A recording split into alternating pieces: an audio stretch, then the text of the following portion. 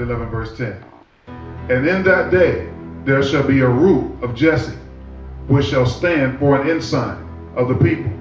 To it shall the Gentiles seek, and his rest shall be glorious. Okay, so Jesse is David's father. And Christ himself was from the seed of David. Seed is sperm. Keep that in mind. That word seed is sperm. Right? Let's get Leviticus chapter 15, verse 16. Leviticus chapter 15, verse 16. And if any man's seed of compilation shall go out from him, then he shall wash his flesh with water, and be unclean until the evening. Okay, so seed or sperm can only come from a man, not a woman, right? The woman bears the child, but in order for her to have a child in the first place, it has to come from the man, right? That's why it says if any man's seed of copulation go out from him, right? So it comes from a man, not a woman. Therefore, Christ's lineage would be brought through man's sperm, right? Let's get Romans chapter 1, verse 3. Romans chapter 1, verse 3.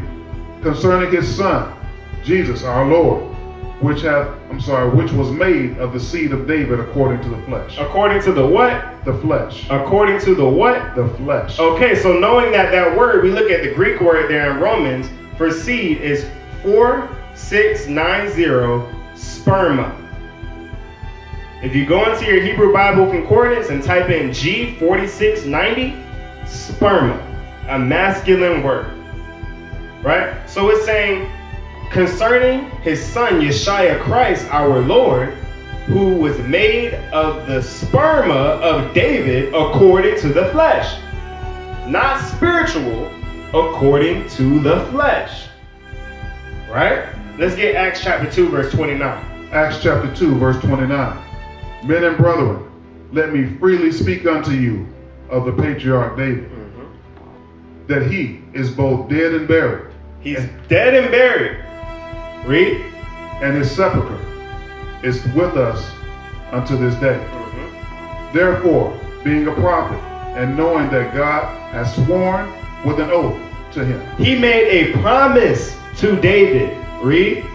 That of the fruit of his loins. The physical fruit of his loins. Right? Read the next part. According to the flesh. According to the what? The flesh. According to the what? The flesh. Okay. It says according to the flesh, the fruit of his loins, his sperma, according to physical sperma, not spiritual sperma, physical sperma.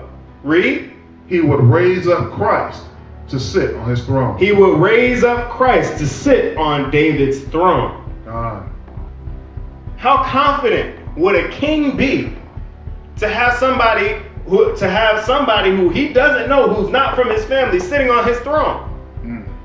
How would you feel if you have millions of dollars to hand it down to your kids and somebody else's kid swipes in and takes that from your kids? You'd be ticked off.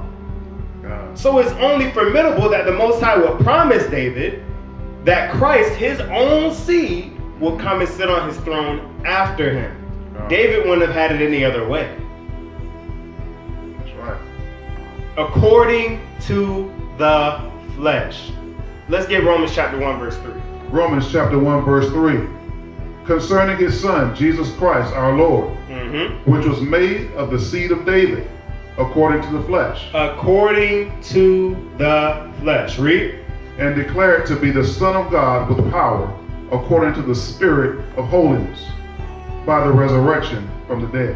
Okay. Now that gives you the double aspect as to who Christ is. Because it says he was made of the physical seed of David, but he's declared the Son of God according to the Spirit. That's right. So his body belongs to David, but his spirit belongs to the Most High. He has two fathers, David and the Most High. Right? Christ himself even declared that he's the son of David according to the flesh. He said so. But also the son of the Most High according to the Spirit.